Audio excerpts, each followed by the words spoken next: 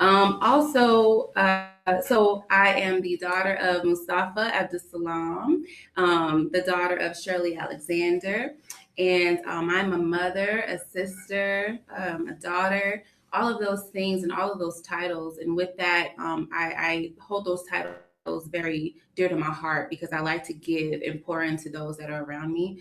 My son Elijah, he's 5.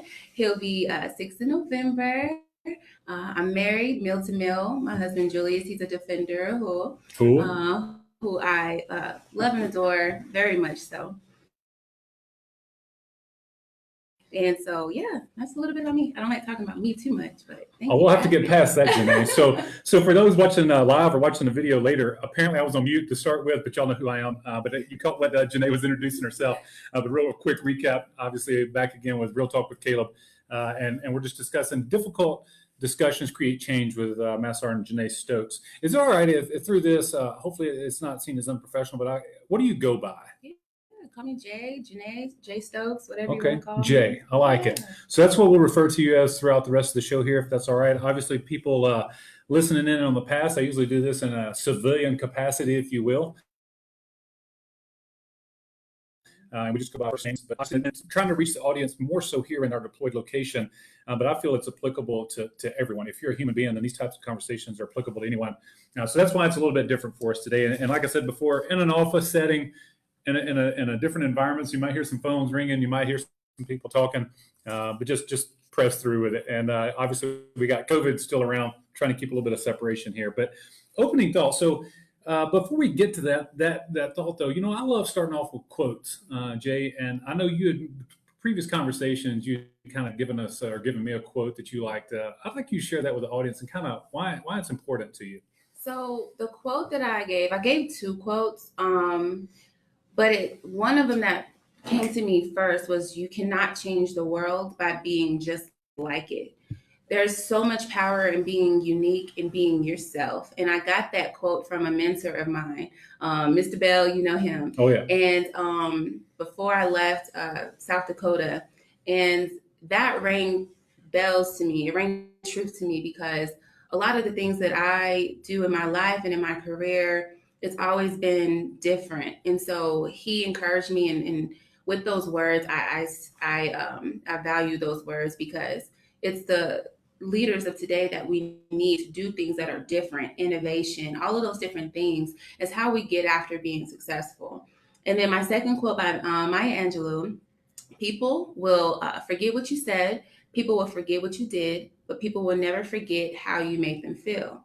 Now, we may have heard that several times, but that quote is so important to me because half the time people would say things, and I don't remember what some of my mentors have said before, but what I remember is that they showed up and that they were present in my most vulnerable times. And the fact that people encourage and make me feel good or whatever it is that empowers me, the fact that they were present and available, that's what I remember. Or on the other side of things, if people made me feel sad or mad or upset, I don't remember what they said. I just remember how I feel. So my purpose in life is just to make people feel good, make people happy, and be there when they need someone. And so I think that's very important. Those quotes and something to live by. Some of us may be really religious, whatever it is that keeps you and holds you dear to your heart and keep you in alignment in your purpose. Uh, there's very much so power in our words. That's awesome. Thanks for sharing that with us. So, as you can see, Jay, I got a lot of notes written down here, and for the audience watching, I don't know if you can see it or not, but so me and Jay talked back and forth a little bit before we sat down to have this conversation today, and I put some things, or she put some things on paper, and as I go through, I make notes. So you'll see me writing. If you're watching the video, you'll see me writing, and those are things that you say that pop into my head. And one of the things you talked about just right there were about feelings. And I did a podcast series a little bit earlier, and somebody said something to me or to the audience that really stuck out to me is never tell someone how to feel. We were talking about discrimination, and it flows well with difficult discussions. But we were talking about discrimination in the Air Force in that particular series, and that particular hero talked to me about, or again, talked to the audience about You can't tell someone how to feel. So when someone brings something to you, you can't tell them how they're supposed to feel in that situation. And you touched on that. You said, "Hey, I don't remember exactly what was said or what was done, but I remember how someone made me feel." That can be positive and negative, and I know our audience understands that. But I'd like to make a foot stomp point on that as as leaders, right, or as human beings in general, we got to keep that in mind of how we make people feel, and not to take advantage of that. So, opening thought, I want to talk to you about how can conversations or real dialogue help humans develop better relationships? And also, why have we always been told not to talk about? I had this conversation with a couple of lieutenant colonels before you stepped in. They'd ask about, hey, what we're sitting down and talking about. And I've heard it since I've been in the Air Force. Don't talk about race, religion, or politics. Yet here we are, and we're figuring out like we don't really know each other because these are main important things. There's a lot more than that in each of our lives, but those are major categories, if you will, within our lives. And yet we're told not to talk about it. So thank you for stepping up, and thank you for leading in the capacity that you're leading in and being the type of awesome human you are to say, hey, look, this is the time now to have these difficult discussions. So those opening thoughts, why is real dialogue? Why have we put that off? What are kind of some of your opening thoughts on this? So absolutely. So for so long, I understood the reason behind not talking about religion, politics, race, sexual orientation, because it could be divisive, right? And so it's always, well, let's keep, that assimilation, if you will. We're here to work. We're here to get after the mission. Don't talk about anything else. But what happens is those conversations still take place. We can have that little unwritten rule of don't talk about this, don't talk about that. But what happens is when we have the conversations and we don't have the tools to have effective conversations, that's when things could go wrong. And I highly believe in we can talk about these things, but I do feel that there is importance in education. So if we come from a perspective of educating one another, you and I can talk about race all day. We can talk about religion and my backgrounds all day, but it's coming from a place of understanding. It's coming from a place of understanding and education. So I feel like now is the time to do it. But the fact is, we've been told for so long not to talk about it. There's a lot of uncertainty. It's like, whoa, what do I say? What do I do? I don't want to say the wrong thing. And I think as humans, we don't want to offend, or we're afraid of these difficult discussions because we think far out before we even make that first step. So I'm here to just encourage people that it's okay to have these conversations, because that's how you build upon those relationships in your personal life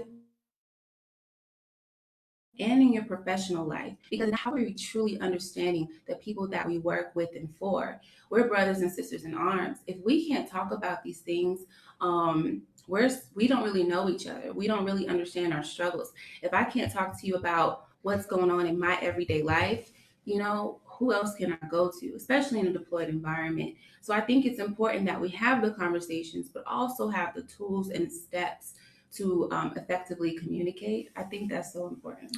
Yeah. So something you said earlier was about people fear these conversations, and you also said something I thought was interesting. We're masters at ignoring or avoiding, not really ignoring, but avoiding these conversations.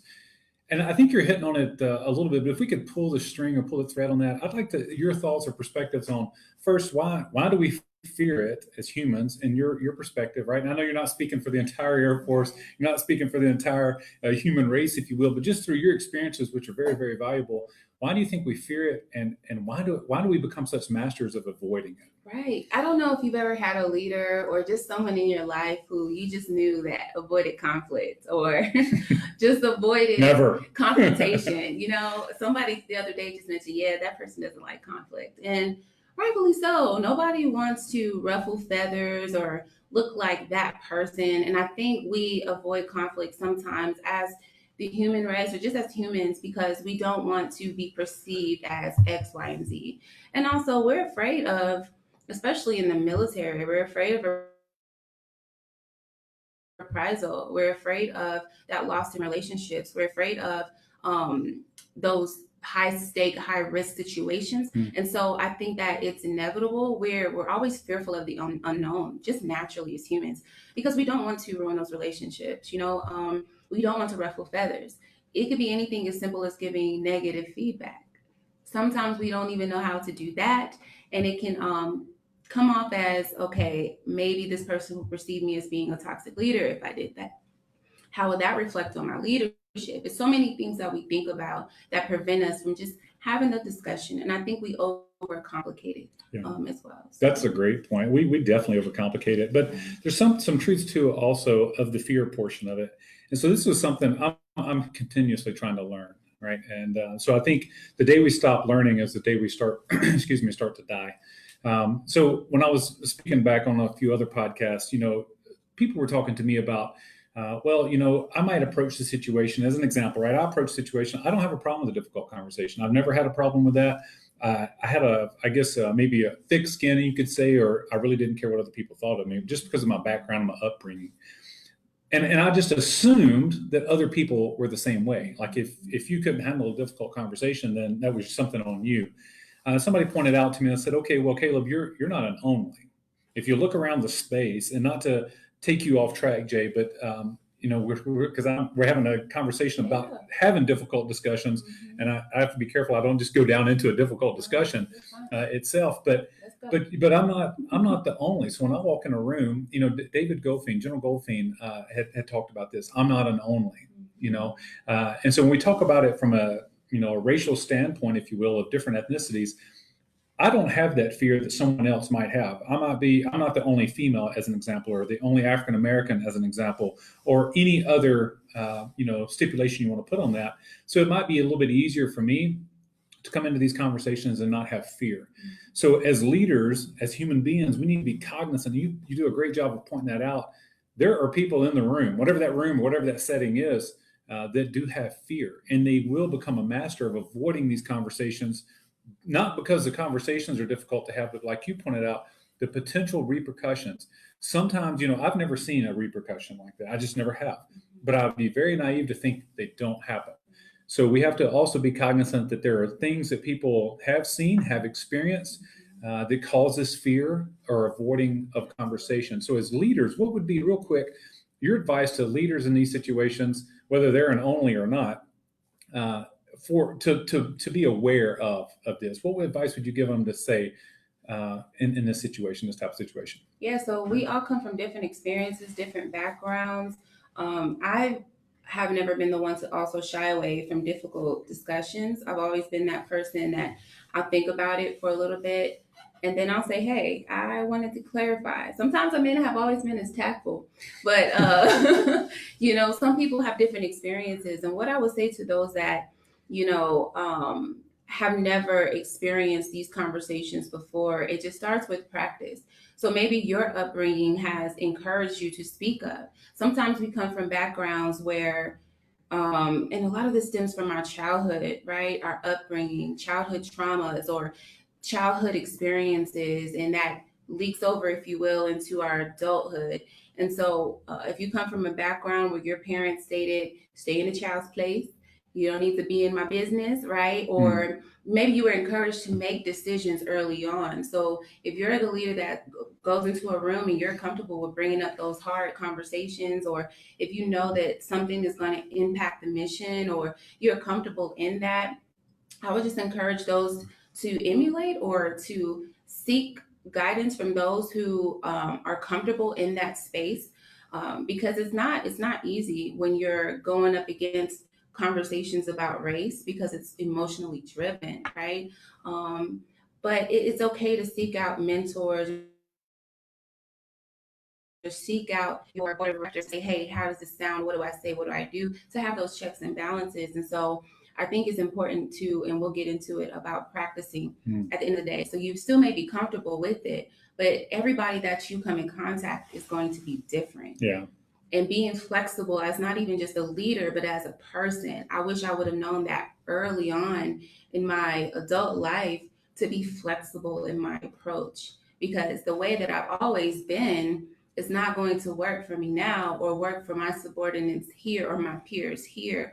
And so getting to know your people, getting to know your audience is just as important as knowing yourself. So I don't know if that answered your question, but I think it's important that understanding who you are and what you're comfortable with and what you're not comfortable with doing is finding, and like you said, educating, constantly educating yourself on self-awareness or reading books on professional personal development, and being flexible in creating that dialogue now more than ever. No, you're absolutely right. So it does answer the question, and thank you for that. Uh, Something else, as leaders, it doesn't matter whether we're in the military capacity, right? But I think the Air Force, I really do believe this. The Air Force has set the standard or the example in a lot of in a lot of areas, a lot of cases, in a lot of situations that our nation could watch, learn, and benefit from, and we got a lot of room to grow and to continue to progress. But as leaders, we cannot afford to not have these conversations. So I know you talk about, hey, you got to know who you are, and that's absolutely 100% right. You got to know who you are, and what your capabilities and your limits are. If you're a leader, and I'm just going to put it out there, if you're a leader in the Air Force right now, you cannot afford to not have difficult discussions with the airmen that you are entrusted to lead, to protect, motivate, inspire. Because when you fail to do that, then you're failing them as a leader. So I love the point you make about, hey, you got to know yourself and find a mentor. So you as a leader, you have to understand, hey, I might not be comfortable with this because of X, Y, and Z. I need to go find me a somebody that can help me through this, because I heard Chief Aiden, he's actually right. And I'm not bragging, but if you're going to be a leader, you got to be able to have these conversations and take care of people. Because if you're not having these conversations, you're not really knowing your people. And the mission is going to get done. But my main objective, as not only as a chief, but as a person, is to take care of people. Mm-hmm. And if our job as leaders should be the same, to take care of people, then we need to know where you come from, why you process things the way you process them. And we do talk about, or we talked about earlier, about having a safe space and a foundation. What is your advice, or what are your thoughts on that, about creating a safe space for these types of conversations, and what is that foundation? Talk to us a little bit about that, Jay. Absolutely. And I like that you hit on about leaders. We can't afford to not have these conversations. So I have come across leaders who, they had reservations. They feel like everything in my unit is fine. I don't have any race issues. Everything is good to go. And one thing I challenge those leaders to do is go out into your units, go actually talk to members in your organizations, because it's easy to assume on a surface level. One habit that I practice is when I meet someone or I speak to someone, I say, hey, how you doing? And I get the superficial, everything is great. Yeah. And then I say, okay, how you really doing? And they'll be like, you know what? I got this. I'm dealing with this, and this, my kids, my mom, my wife, and getting to that, conversation early, and it's genuine. Then you'll get to see what's really going on, because you would be, to think that things that are going on in the world right now, to think that it's not affecting us all. We would be remiss as leaders if we did not go to our members to ask, hey, how is this impacting you? How are you feeling about whether it's race relations, social injustices, social unrest, whether it be, we can talk about COVID, which is still difficult, but when it comes to this race thing, because we've been taught for so long not to talk about it, we just assume that everything is okay. But listen to the stories of the people around you. And I would just say, not as the leaders, is it the leadership's responsibility. It can be the airmen that are just brand new into the Air Force, into the military, who is a leader in their own right. Oh, absolutely. So it's everyone's responsibility at the end of the day, because I'm just so inspired by airmen who have the courage to tell their stories. So this is a different time. This is a different generation, and we have to be open to that perspective. So going into that safe space. So that terminology can be overutilized maybe, because we may not conceptually understand safe space. Sure. So help us understand it, Jay. Right. So let me get into it. So a safe space isn't something that you can go and have these small group discussions and say, hey, this is a safe space. I want to hear what you have to say. There will be no retaliation. Please be respectful, but you can still get it out there. But what happens is, if you are already in an environment that there lacks trust, there lacks dignity and respect, it's already an environment where you won't even open up to that person about real issues that you have aside from the conversation.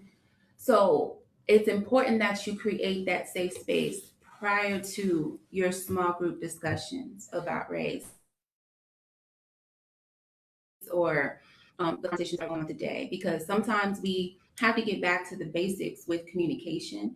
A lot of the times we overthink how we should communicate about these things. So every day, just ask your people, like, how's your family? Those conversations show that genuine concern about your members. So when you do have these small group discussions, they won't be difficult Absolutely. because Nothing, you've already set that foundation. Sorry to cut you off. Go ahead. So something, and I wrote it down when you were talking about it. Talk is cheap unless it's followed by action, right? So what we also have to realize as leaders in any capacity, and thank you for bringing that up, because rank, as Simon Sinek would say, and there's a lot of other leaders that say it as well, but rank has no position, leadership has no position, leadership has no rank. Everyone has the ability to lead. And I did a piece of followership and leadership, and it's all the same terminology. And we're all leaders and followers at the same time. So thanks for foot stomping that. But something we have to keep in mind is previous burns, if you will, previous scars, as I talked about in the boot leadership. There might have been somebody that looks just like me or just like you that came through and said, hey, I got your back. It's safe. No repercussions. You say whatever you want to say. And then that person that we're talking to now, me and you are talking to, but somebody looked just like us. They've heard this maybe 2 or 3 times before, and there were no action or negative action from those words. So as leaders, when we try to set these safe environments, I think it's vital for us to understand that that's not going to happen overnight. In some cases, it might. Maybe if you come into an organization or a unit or an office, whatever the case may be, that has had good leadership in the past, maybe they just said, yep, this is what I've heard before. This is what I've seen before in a positive light. Some of us, a lot of us, unfortunately, come into an organization where that did not occur, and so we have to build that trust, and trust takes a while to build. So I want to encourage the leaders in the field that are listening to this, again, no rank, no position, leader is a leader, that it might take some time. It's probably going to take some time, and there's going to be some sacrifice. There's going to be some scars on your part as a leader while you're trying to build this trust and credibility. So yeah, just something to keep in mind. I'll continue to go through my sticky notes over here. As you say great things, it makes me think something else and jot it down. But I would like to point out another thing to the group. If you haven't had the opportunity to see it yourself, I would encourage you to as well, Janae. But Simon Sinek's circle of safety, and it's so imperative for us as leaders to create that circle of safety and then demonstrate that, right? And you're absolutely right about just talking to people, catching them in their space where they think they can just get away with just a facade and saying, hey, yeah, I'm doing great. And they're probably not. And the only way you're going to know that, Jay, is like you say, if you know your people. So please dig in. If you're in the field, dig in and get to know your people. But as we go forward here, you broke it up into a couple of different segments when me and you first sat down and talked about difficult discussions in general. As we talk about the framework, and I'll readdress this when we get to the end, maybe we can do a couple of episodes where maybe me and you can, as an example, have a difficult discussion, which people will probably be able to see through a little bit because obviously we already click and get along really well. So it's not going to be as difficult for us, but kind of like, and not to associate us with these two individuals. They're much better than me for sure. But General Goldfein and Chief Rout, when they sat down and showed of the Air Force, hey, this is how you do this. And sometimes our airmen might look at that and say, well, that's great. That's the Chief of Staff of the Air Force and Chief Master Sergeant of the Air Force. Well, what about me? Like, how do we do that? That's so much different in my squadron. So maybe maybe somebody invites you out to their squadron and maybe there's an opportunity to record it, maybe not, but just some snippets of how you have these difficult conversations. But in the framework, you talk about purpose, engagement, and your desired outcome, the follow-up. So yeah, walk us through that. When you talk about purpose and you think about the purpose of a difficult discussion, walk us through what's going through your mind when you say that. Absolutely. And so I think going back to the discussion about that example of what it looks like, a lot of the times growing up and in our early adult lives, we never really saw effective conversations. Mm-hmm. We never really had great examples. And so naturally, when we're in that defense mode, or we feel offended, or we feel attacked, or we feel threatened, we automatically go back to our innate responses. And for some people, that can mean, reacting, very like harsh or very violently or abrupt, when they feel threatened or attacked. Some people would just, shut down and walk away from the situation, and it just festers and it boils inside of them. And some of us we like drama, right? Some people like to be malicious with, these discussions. And so going into your purpose before even going into the difficult discussion, it's important to be self-aware right up front. This is the time now more than ever to learn about yourself. And even in my profession, every day I'm learning about myself. Because at the end of the day, like you said, you have to continuously educate yourself. And that could be about things you didn't know. In these difficult discussions, some leaders are saying, I did not know these things still happen. I did not know in 2020 these things still exist.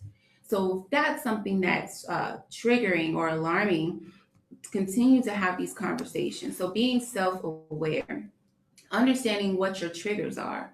If you notice that even before having a difficult discussion, if your triggers are right, sometimes I notice when people are about to get really upset, their chest will go up and down, or you can see Physical reaction, those physical reactions, or like those non-verbs, or this right here, right? Pay attention to those little nuances about yourself, because that can deter how your conversation goes. And so going into your purpose, understanding exactly the intent and your focus of your conversation. Is your purpose to educate? Is it to inform? What is the purpose of you going into this conversation? So you and I could have a conversation about religion. You may ask me a question about my beliefs and my background. Is your genuine purpose actually understand?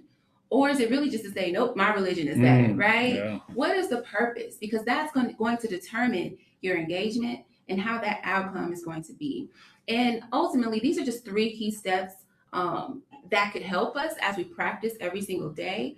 But it's not all inclusive, whatever works for you. So that's important as well, understanding your purpose in that conversation. Because sometimes if you are going to speak to somebody in airmen and give negative feedback, right? When you go into that conversation, maybe that person thinks, oh man, I don't really know where this person is coming from. I already don't trust this person. Anything that comes out of their mouth is suspect. I don't know. But if you build that relationship, going back to that, right? If you build that relationship early on, understanding your purpose is to really help and groom that person. We still want to hold those members accountable. If you say some stuff that's maybe discriminatory in that behavior, and I come to that person to have that conversation, like, listen, I really didn't appreciate that comment that you made, but I also respect our relationship. So you definitely can drive that conversation while you understand your purpose. I like how you said it in the written form you sent to me, keeping it real with yourself. Obviously, this is real talk with Caleb, and I'm all about keeping it real. And sometimes in that endeavor to keep it real, you hit on a key point there. What is your purpose coming into the conversation? So sometimes when we say keeping it real, we leave out the love portion of it. And what I mean by that is, I'm just going to tell you the truth. What is the truth? Well, and you talked about things that we didn't even know were going on, and things that we thought we knew, we don't really know. So we only know what we think we know, right? So when we talk about having a real purpose, keeping it real with ourselves, I like to say it because it doesn't matter. Love is universal, right? And we're talking about how you approach people and respect people as human beings. And you used the example of a religion. Like if I come to you and talk to you about your religion, your particular preference of religion, then why am I coming to you to talk to you about that? Is it about to know Jay better? What makes Jay tick? I don't. And here's a shocker, right? We don't have to agree. We're adults. We can have different thought. I know it's mind blowing. We can have different thought processes, still love and respect each other, treat each other with dignity and respect as human beings, and press on with life. So many people are so married, if you will, to their thought processes with no real psychological flexibility to say, maybe I don't know what I think I know. So knowing that purpose. So, and I might be jumping ahead a little bit here when we talk about planning the conversation, but in the framework of this, do you suggest like writing this down, like the purpose, writing it down? How would you go about advising our leaders in the field to have this purpose mapped out? Right. So going into these conversations, like you mentioned before, we had a really great class last week with Hmm. the general about outward mindset, That was good. and really great course. And I actually read the book prior to coming here. One of my great friends had sent it to me in the mail because, like I said, I'm always learning, and it's great to understand someone else's perspective, or at least try to. Because with race relations or being, those different demographics, you'll never really understand what that person may be going through. So trying to see from a different lens is also important. So your truth is your truth, my truth is my truth. But how can we get to a mutual ground, or at least a mutual understanding about the situation? So I'm glad that you brought that up, because these conversations, we live in our own bubble, right? We have our own lens. But going into the discussion, you have your perspective on something. That person has their perspective on what happened or what you said. Okay, well, going to get into the engagement piece, but I'm glad that you mentioned that. So I forgot your question. No, it's all right. It's about like, if you, Right. as leaders, when we talk about our purpose, sometimes we can think, Yeah. hey, this is going to be my purpose when I go into the conversation. And then we get in the conversation, we forgot what our purpose Yeah. was. So kind of like, how would you advise leaders to make sure they stay on track with that Absolutely. purpose? And so going into the discussion with your purpose, understanding that, especially when you go into your small discussions, talk about race, for example, understanding that these conversations aren't really about you. As a leader, you can't fix everything, and especially with race relations and discrimination. You want to try to, but how can you be helpful in this situation? Going into the conversation, I have some leaders who say, I have African American airmen, and I don't know what to say. I don't know how to open the discussion. I don't want to offend. I don't want to say the wrong things. And that's understandable. But going into your purpose is to be a leader, to be available, to be vulnerable, to help anybody who needs anything, regardless of race, religion, creed. Just like you would help Airman A, with certain significant events in their life, you still want to be available and present. So always go into your purpose. Your purpose is to build upon that relationship, build upon that trust. At the end of the day, so, like I said, this stuff, as we're talking about it, is stuff that we already know. But when it's time to put it into action, sometimes all this stuff goes out. Yeah. We don't have our therapist right here. We don't have all those stacks of books right here that we can flip through. So, your question was, should I write it down? So, I think that it is important to write down your thoughts. So, as your, person who's receiving the conversation is speaking, okay, write down what you hear them saying. And what I hear you saying is this. Okay, walk me through that. Help me understand a little bit more, because this is what I hear you saying. And as they're doing that, just write down your thoughts, because that can help you with expressing yourself the way it's not coming off as dismissive or judgmental. Just reinforce what they're saying and just say, okay, this is what I hear you saying, and this is how I took it, but going into that conversation in that way. Yeah. And versus just attacking. Oh yeah, absolutely. So something, I popped in my mind again. I'm writing on my sticky notes. Is you're dropping a lot of wisdom. So hopefully people watching now or listening to this later or watching it later can truly and fully appreciate the wisdom you're dropping. But some people think it is weak to be collaborative, if you will. So when you talk about my truth and your truth, and us getting into an equal play, and we see this play out in the political world as well, right? Okay. People think it's weak. If I somehow compromise what I believe. Nobody's asking anybody to compromise on what they believe in, right? Or what they find to be truthful. All we're saying is in these conversations, have an open mind. And that shows incredible, I think, strength and courage as a leader or as a human being. When we can sit down and be like, okay, here's what I would like to have a conversation about, and here's why. So back to the purpose.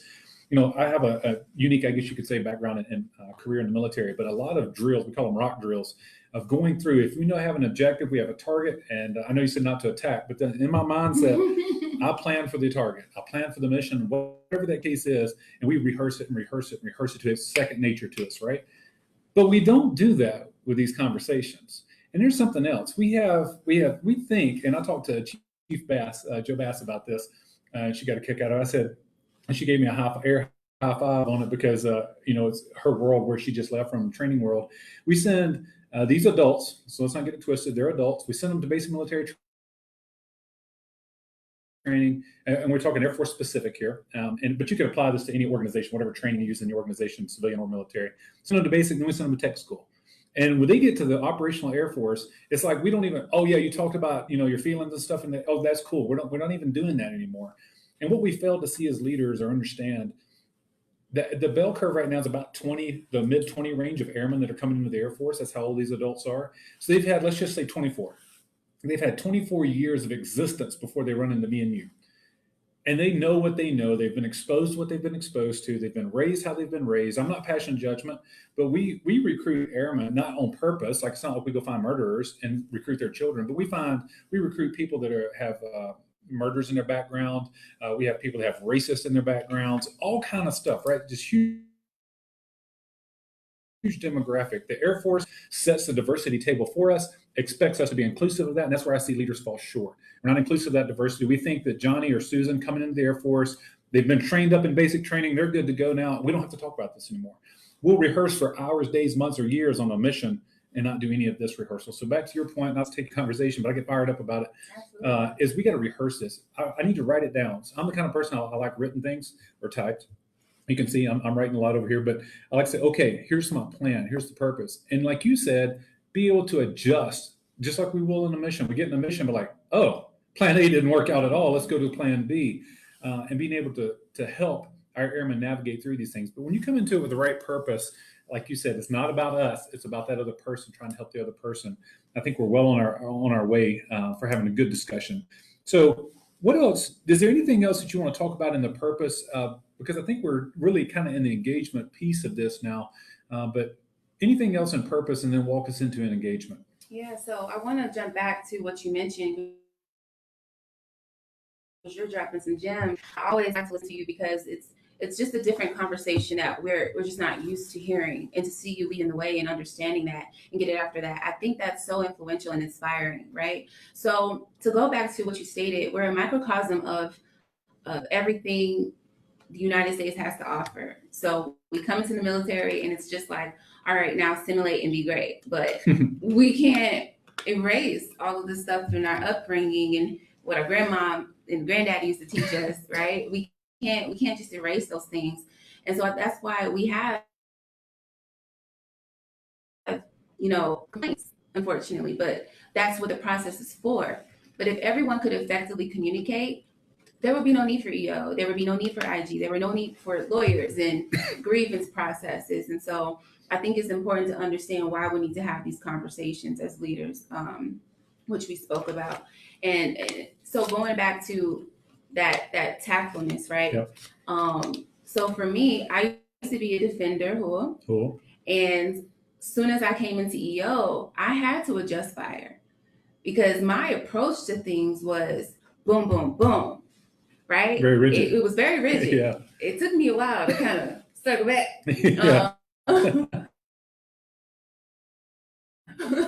But I realized that the most influential leaders are the ones that are flexible. Like, you don't always have to, demean anybody, or, I'm not, I have to do, not be the fun police, but I have a job to do, which is we all have a job to do. But it's important that we can still have fun, but also be flexible as leaders into having those conversations. So knowing your purpose, knowing your audience, knowing your people is so important. That's the key takeaway for purpose. So having our purpose, now we got our roadmap. What do we do then? Yeah. So I know you said this is the most important piece, or it's everything. So now we got our purpose, we got a roadmap, we got our rock drills, we're ready to rock and roll. So what now, Jay? Those leaders in the field, they got their purpose. What do you tell them now? Okay, so Actually, all these steps are very important as well. So I didn't mean to say just purpose, but that engagement is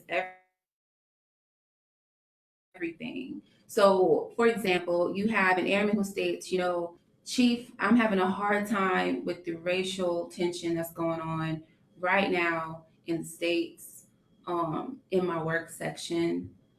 I need help, and I don't know what else to do, right? So as a leader, it's easy for you maybe because you've been rehearsed, as you mentioned, you've been practicing, you've been having these conversations. But for a leader who has never experienced these conversations before, what does that engagement look Mm, like? What is that safe space? That person felt comfortable enough to come to you. yeah. So, what are you going to say? So, in that moment, you can definitely put down your phone, put down the computers, take a moment and to listen. So, in that engagement process, it is important that you are active listening. That active listening is so important, ensuring that you are not listening to respond, but you are listening to try to at least understand. And also, in current events of what's going on, it's important that we are supporting one another as allies, as support systems, not necessarily to try to fix everything, because some stuff we may not be able to fix. It could be past experiences that are coming up now that is now triggering us that we didn't realize was an issue until now.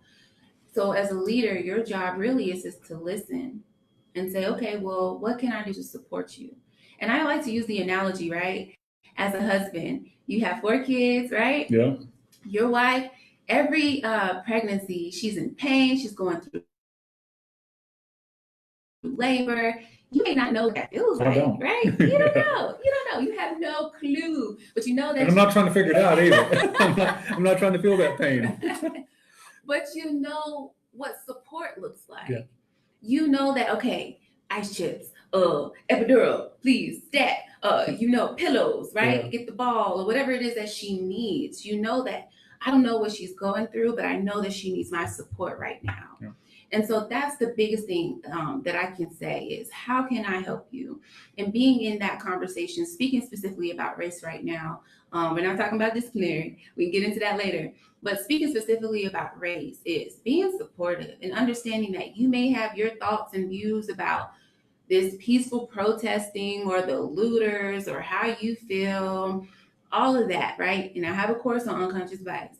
But in that moment, you are there for your member, your brother and sister in arms, and just having that conversation and active listening. So, in my course that I offer for facilitator training, it's just that breaking that barrier down at the end of the day, asking them more about their upbringing, asking them more about their experiences. Because oftentimes, those conversations were never had. Yeah.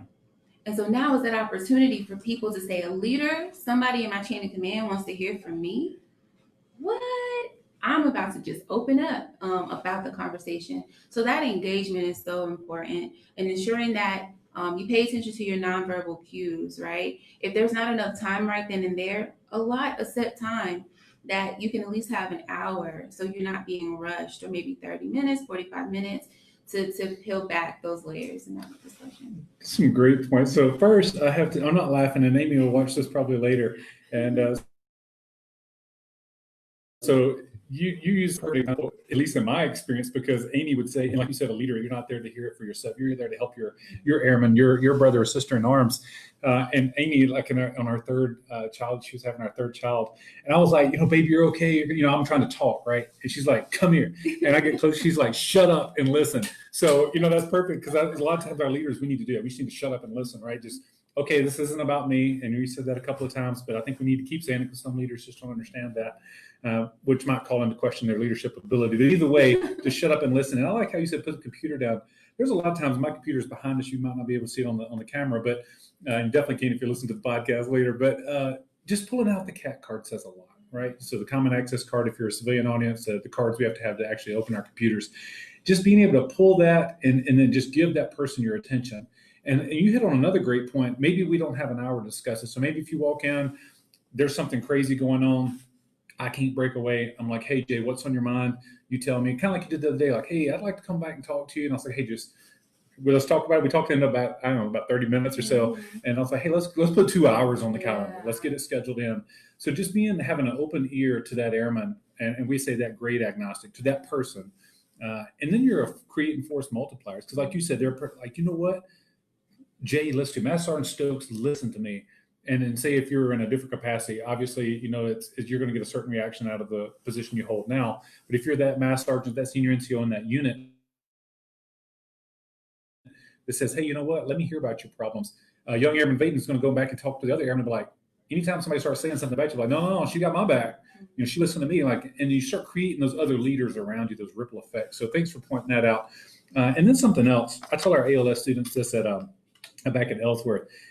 You can take, I don't know how long we've been in here. I haven't been watching the time. It's been a little bit of time, right? And I don't know, we're in a certain country where Taliban hadn't aggressed our position yet, right? So, it's probably not going to be the end of the world if you take 30 minutes out or an hour to talk to someone about life, right? About the things that are troubling them. So thanks for bringing that up. And, a real conversation is an interactive process. You talk about that.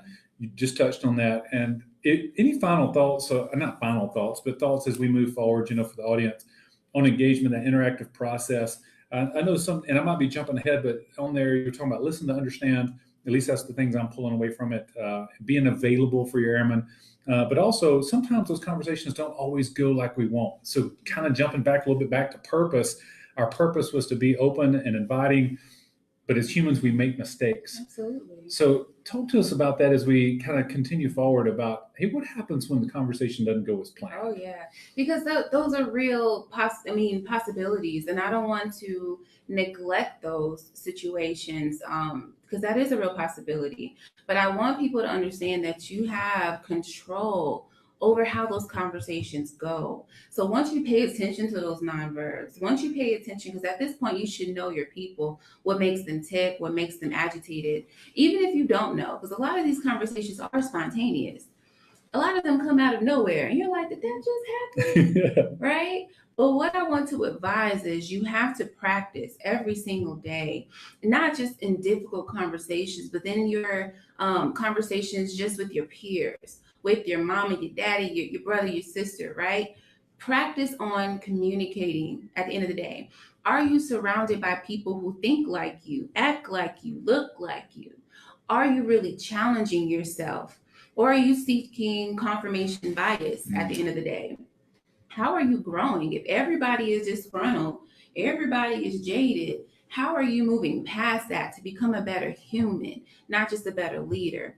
So seek opportunities to speak to someone who doesn't look like you. Seek mentors who don't think or act like you. It's okay to do that because when we do that, our engagement, we're just piling up our toolkit. Like I remember somebody who said that before. I remember that. Well, let me see if this relates to this person because a lot of our human personalities are similar at the end of the day. And so I think that's important to remember that as well, is to constantly challenge yourself. So No, that's great. Something else. I have my background, right, and I'm very forward with people. And I have learned that when I start these conversations, it goes back to desired outcome. And I start out with, and I use this example a couple of times. I did talk about it in the all call we had earlier, the virtual all call for the group here. I went in to talk to a couple of people. As a chief, I just wander around. I wander while wandering. The O and the A, right? And I just love having conversations with people. I step in and we're talking to two people, and it was a small talk at first, of like, how long you been here on this deployment, blah, blah, blah, what unit you from. And hey, I'm just very forward with people. I would like to talk to y'all about racism in the Air Force. What do you think? And at first people are like, it's almost like you're in a fight, you're kind of stumbling backwards. They're like, oh my, you just went there. And I was like, hey, if it's too much, we'll take it in bite-sized pieces. And so anyway, people were, the two individuals were talking mainly as an African-American and Caucasian.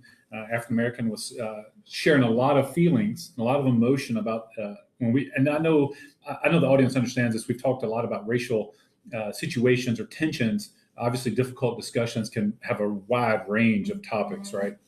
But that is prevalent in our society right now, and in the Air Force, it's things our airmen are going through. So anyway, this individual, and I'll leave them genderless, if you will, too, so not to narrow down anybody, but had a lot to say about this. And I turned to the Caucasian and I said, well, what do you think?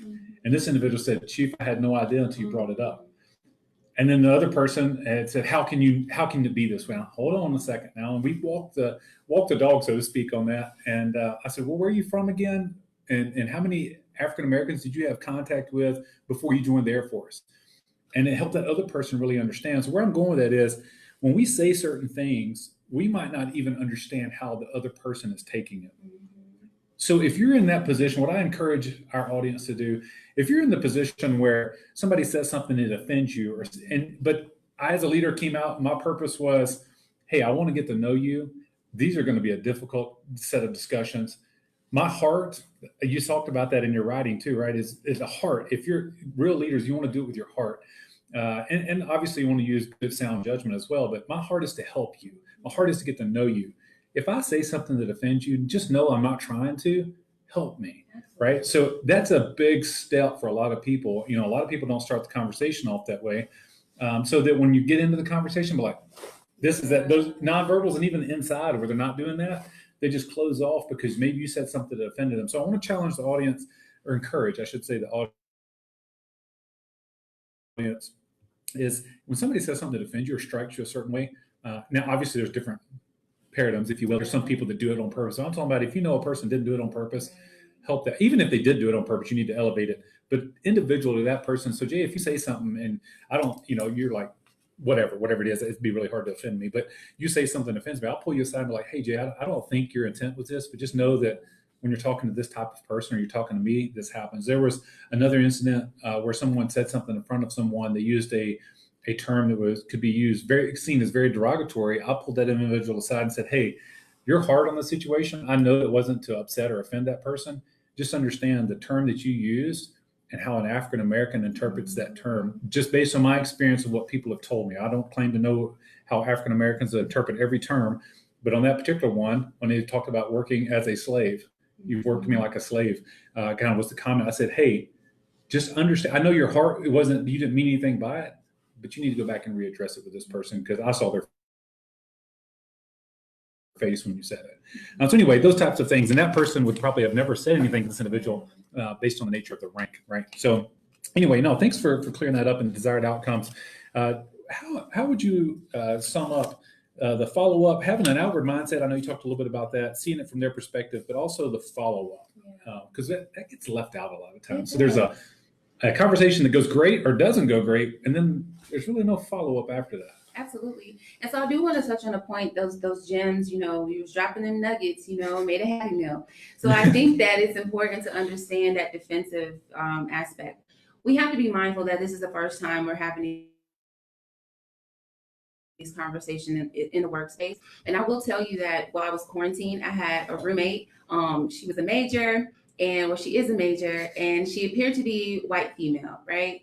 But after talking with her, conversing, she's half Asian. And I found that to be so interesting. And I think she could see my genuine character was to learn more. So there were certain things that she experienced as a white female that in my mind, I'm like, man, there's a lot of us who really don't know what's going on in the world. And instead of me being defensive, I said, well, tell me more, or why don't you understand that in this community and in this neighborhood, there is a such thing as gentrification and redlining? But in her mind, she just did not understand. She's like, this is a great community. We got great landscape. We got the water right here. I don't understand why. And I said, well, what was the demographic of that community? She's like, mostly African American. I was like, oh, okay. And you have to be tactful. You have to sometimes get people to see, walk them through that experience so that they can kind of understand your perspective. And with that conversation, we were able to talk about whatever, but I created that safe space in the beginning. There would be certain situations where I would just point certain things out to her. And I said, what do you think about that? And she was just like, I would have never noticed that beforehand. And I was like, well, historically, this is what that meant. This is what this looks like. This is the perception. There's always three sides to a story. But what do you think about that? Because I went somewhere and it was just predominantly minorities and women working in this environment. And I said, what are your thoughts? And she said, well, maybe it was just coincidence. And I was like, maybe. And so then she went back and spoke to her other officer friends and they had conversation. Yeah. But imagine if I shut her down right then and there. Yeah, like you have no idea. Yeah. And my end state and desired outcome, I knew because she's an officer, she's going to be a commander one day. She's leading people, right? And if we can't get people to see from different lenses, we'll be remiss as leaders if we didn't afford that opportunity. So it comes with practice. Of course, naturally, we want to be dismissive, but learn to be tactful in that approach. So as far as the follow up, I reach out to everybody to say, hey, how are you doing? Or how did that conversation go, right? Or I understand that that conversation was a little bit rocky. Let's go out for lunch and let's build upon that conversation. A lot of times I'm waiting for them to PCS. I'm waiting for them to deploy. I've tried talking, but this is a progressive environment that we are trying to create, because we'll be remiss as leaders if we don't continue to have this conversation, because these are the individuals who are going to be leading our children, our brothers, our sisters, going into civilian world, thinking that everything is okay with what they have said, what they have done. A lot of people are okay with just saying whatever they want to say, doing whatever they want to do. And a lot of the times the victims, they just say, I want that person in PCS. I want them to get out of here. But we don't have that conversations with the other people so that they can learn. For example, working you like a slave, a Hebrew slave, right? We don't understand, like, that could be offensive. We don't know what we don't know. Calling someone a monkey, right? We don't know what we don't know. Hopefully, we would think in 2020 it would be common sense not to say those things. But we don't know what we don't know. And the fact that you approach that individual about that comment speaks volumes, because your silence serves no one. Mm-hmm. If we continue to be silent, it's almost like we approve of that behavior. Mm-hmm. And so that's so important for leaders who are right now, who are silent. I encourage you to continue to speak up, regardless of what your fears are. Have the conversation. You talk about the crucial conversation comes to mind. I know we breezed over it, and if I can, I'll go back just a little bit. So for the audience, if you haven't listened to or read the book, Crucial Conversations, I encourage you to do that, because a lot of what you're saying is centered off these stories we make up in our head about I'm just ready for them to deploy. I've tried to talk to them. I've said X, Y, and Z. And you know what, in my experience, I found, Jay, is when we have these conversations, like say between me and you, we'll talk about person X. Well, I told them this was up. No, you didn't. No, you did not tell them what's up, and in your mind, you made this story up, and then they were bad, and you created this agenda, kind of like when we were doing the outward mindset, right? We start building this narrative against this person to make us feel justified in our standing, right? So anyway, about crucial conversations and the stories we make up, be very careful with that for sure. And you hit on another great point about these are the people that are going to be leading our children. And so I have a son that's delayed enlisted right now. We talk about the Air Force, and this could be, again, agnostic to military, it could be civilian sector as well. These are the people that are going to be leading our children, right? And our most precious resource, which is our children, don't get the attention. In my personal opinion, I don't want to take us on a rabbit hole, but in my personal opinion, don't get the attention they need in our society. But anyway, so my son, delayed enlisted, and you're not getting Chief Vaden, you mess with my son, you're gonna get daddy, right? And which is I probably have to call Chief Bass up or Chief Wright right now, but Chief Bass, she gets ready to take the helm, and be like, hey, you lost a chief because somebody messed with my son, I got to go fix it. But that is something that's key for our leaders to think about. I tell our ALS graduates this: you're leading someone's special, somebody. They're either a son, a daughter, a nephew, a niece, an auntie, an uncle. They're somebody special. As a human being, whether you can't see that or not, that they're special, just know that there's somebody that's entrusting you to treat them right, treat them with dignity and respect. So thank you so much, Jay, for sitting down and chatting with us today about this. It's very, very important that we have these types of conversations. These types of conversations about how to have the difficult discussions are important, because I know our teammates are going to draw a lot from your wisdom. So if you could, I'd say probably 30 seconds. Okay. We're not at the 3 rounds yet. We're going to end with 3 rounds. But 30-second wrap up of this framework. Just put a bow on it for us. Absolutely. Do not. So going into the small group discussions, whether you're military, civilian, this is a total force effort. Be the change that you wish to see, right? If you see that there's things that are going on that's impacting your organizations, just start the conversation. I think leadership at the top has given us full, rights to go ahead and have these conversations. So do not continue to suffer in silence. Even if you're the one that's hurting, reach out to somebody, ask somebody, how do I get through this? I understand that this is a tough time, but definitely just start the conversation. That's all I can say. That's awesome. So thank you so much again for joining us. But before you go, you know what we're about to do. So if y'all are new to the show, what we do is I like to do 3 rounds at the end, and it's just to get to know the person a little bit better. And so hopefully you'll play along. If not, you can never come back on the show again. Okay. I'm joking. I'm joking. But seriously, 3 rounds. I just ask you 3 questions.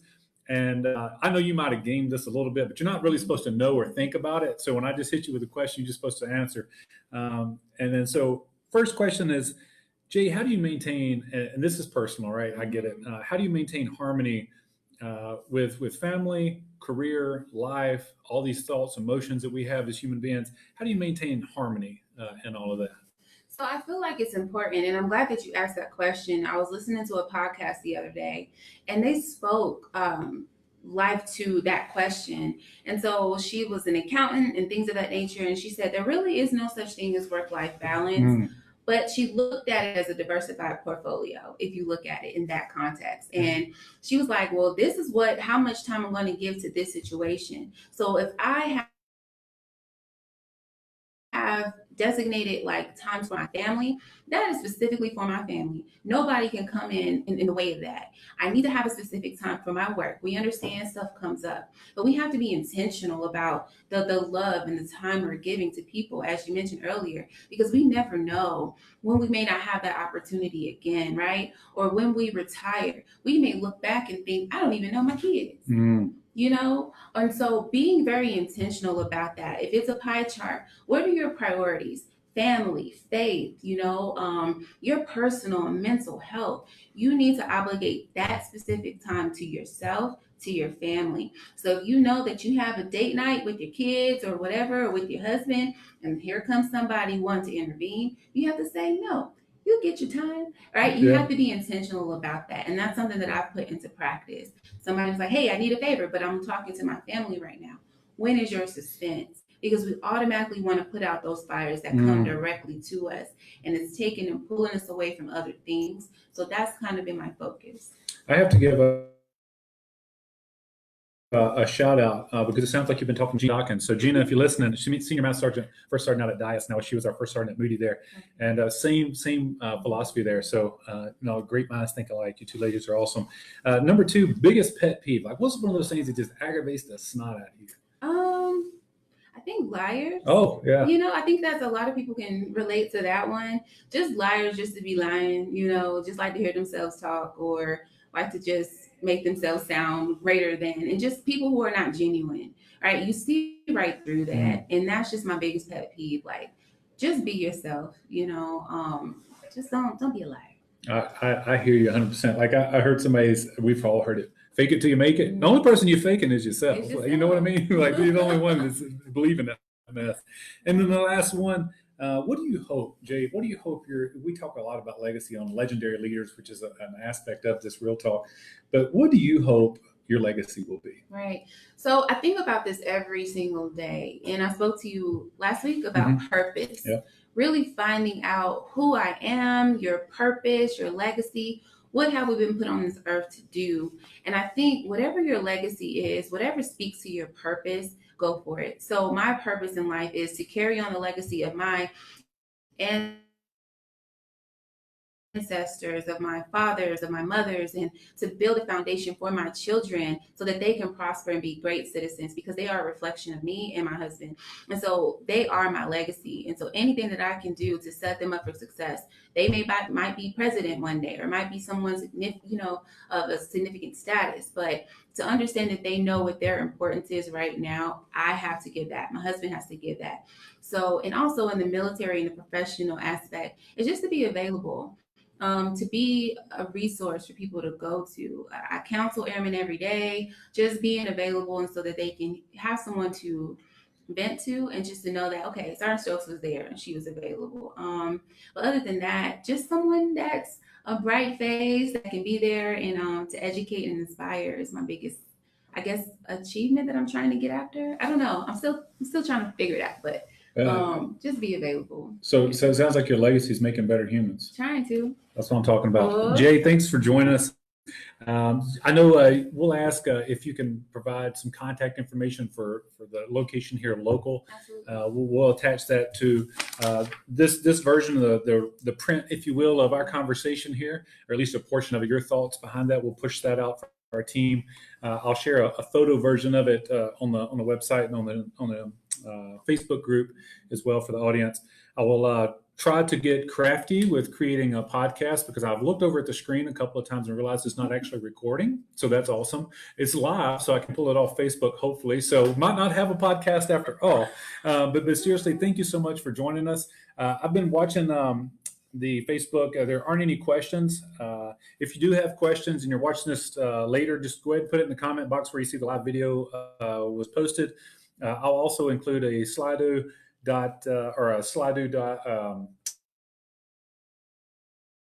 feedback mechanism for you to provide some anonymous feedback or anonymous questions or comments.